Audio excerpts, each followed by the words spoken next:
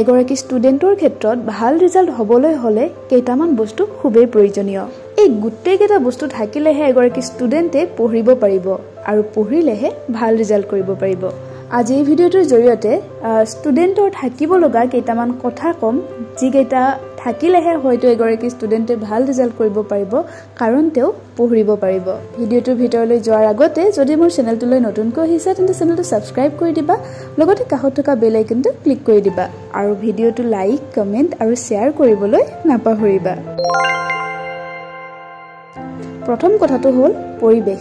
এগৰাকী ষ্টুডেণ্টে পঢ়িবলৈ হ'লে এটা পৰিৱেশ লাগিব।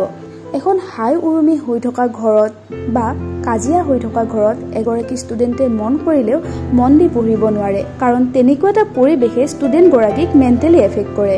গতিকে এগৰাকী ষ্টুডেণ্টৰ ভাল ৰিজাল্ট হ'বলৈ হ'লে তেওঁ পঢ়িব লাগিব, আৰু পঢ়িবলৈ হ'লে এটা ভাল পঢ়াৰ পৰিৱেশৰ খুবেই প্ৰয়োজন। মই ভাবোঁ এই ক্ষেত্ৰত ঘৰখনৰো এটা বিশেষ ভূমিকা থাকিব।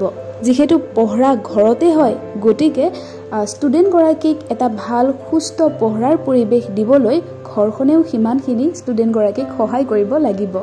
গতিকে সহজতে ক'বলৈ হ'লে এগৰাকী ষ্টুডেণ্টৰ ভাল ৰিজাল্ট হোৱাৰ ক্ষেত্ৰত এটা সুস্থ ঘৰুৱা পৰিৱেশেও পৰোক্ষভাৱে সহায় কৰে।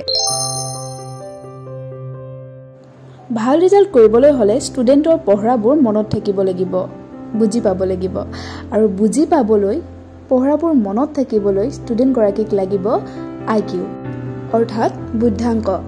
IQ বা বুদ্ধাংক হৈছে এগৰাকী ষ্টুডেণ্টৰ ৰিজনিং এবিলিটি বা মেণ্টেল পাৱাৰ। এগৰাকী ষ্টুডেণ্টৰ IQ কম হ'ব নে বেছি হ'ব এইটো ডিচাইড হয় জন্মতে তেওঁৰ জিনৰ জৰিয়তে। কিন্তু ভাল কথাটো হ'ল IQ মানে ইণ্টেলিজেঞ্চ কোৱেশ্যন বঢ়াব পাৰি অধ্যয়নৰ জৰিয়তে বা প্ৰচেষ্টাৰ জৰিয়তে। গতিকে ভাল ৰিজাল্ট কৰিবলৈ হ'লে তোমাৰ পঢ়াবোৰ মনত থাকিব লাগিব, আৰু মনত থাকিবলৈ হ'লে তুমি তোমাৰ IQ বঢ়াব লাগিব অধ্যয়নৰ জৰিয়তে। পঢ়াৰ পৰিৱেশ থাকক বা নাথাকক, বা তোমাৰ IQ কমেই হওক বা বেছিয়েই হওক, যদি তুমি কষ্ট কৰিব ৰেডি নাই তেতিয়াহ'লে তোমাৰ ভাল ৰিজাল্ট কৰাৰ সপোনটো সদায় সপোন হৈ ৰৈ যাব।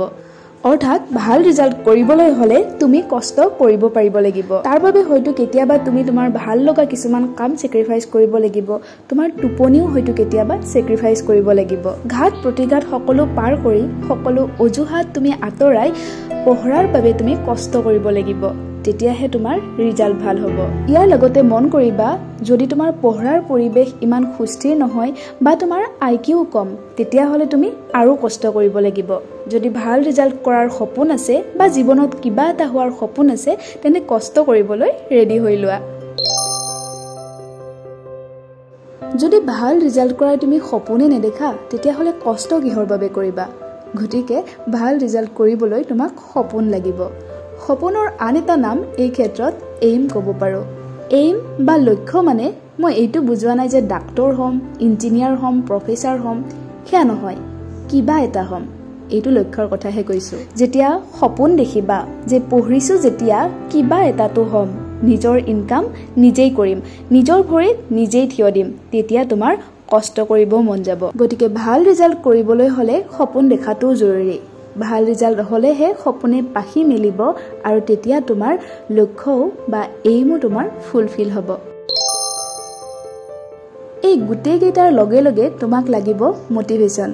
জীৱনতো আপছ ডাউন থাকিবই। সদায় তুমি ভবামতেই ৰিজাল্ট হ'ব বা তুমি ভবামতেই দিনবোৰ পাৰ হ'ব তেনেকুৱাটো নহয়। তেনেকুৱা ক্ষেত্ৰত পঢ়াটো কণ্টিনিউ ৰাখিবলৈ তোমাক লাগিব মটিভেশ্যন। গতিকে তোমাৰ যদি সপোন আছে ভাল ৰিজাল্ট কৰাৰ, গতিকে পঢ়িবতো লাগিবই, আৰু পঢ়াটো কণ্টিনিউ ৰাখিবলৈ হ'লে নিজকে মটিভেট কৰি ৰাখিবলৈ মই আগতেই ভিডিঅ' বনাই থৈ দিছোঁ, তুমি তাৰ হেল্প ল'ব পাৰা।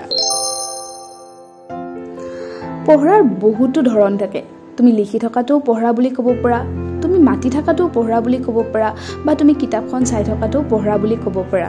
কিন্তু ভাল ৰিজাল্ট কৰিবলৈ হ'লে তুমি এফেক্টিভ ষ্টাডি কৰিব জানিব লাগিব, অৰ্থাৎ তোমাৰ লক্ষ্যৰ দিশত প্ৰপাৰ নলেজ আহৰণ কৰিব লাগিব। কিতাপখন এনেই মাতি থকাতকৈ তুমি তাৰ পৰাই নলেজ আহৰণ কৰি সেইবোৰ মনত ৰাখিব লাগিব।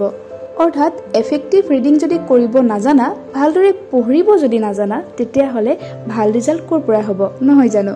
গতিকে ভাল ৰিজাল্ট কৰিবলৈ হ'লে কিতাপৰ সকলো জ্ঞান আয়ত্ত কৰি পঢ়িব জানিব লাগিব। এতিয়া সংক্ষেপে যদি কওঁ, ভাল ৰিজাল্ট কৰিব যদি মন আছে তেতিয়াহ'লে তোমাৰ ঘৰত এটা পঢ়াৰ পৰিৱেশ গঢ়ি তোলা। IQ বঢ়াবলৈ পঢ়াত সময় দিয়া। দিন ৰাতি কষ্ট কৰিবলৈ মেণ্টেলি প্ৰিপেয়াৰ হৈ লোৱা। সপোন দেখা, ভাল ৰিজাল্ট কৰাৰ, ডাঙৰ মানুহ হোৱাৰ। সপোন দেখিলেহে সপোনবোৰ সঁচা হয়। ডে টু ডে লাইফত মনটো ভাঙি নাযাবলৈ নিজক মটিভেট কৰি ৰাখা আৰু শেষত এফেক্টিভ ষ্টাডিৰ জৰিয়তে তোমাৰ এইম ফুলফিল কৰা। আজিলৈ ইমানে। আকৌ এটা নতুন ভিডিঅ'ৰে আকৌ লগ পাম। তেতিয়ালৈ ভালে থাকিবা, হাঁহি থাকিবা। ধন্যবাদ।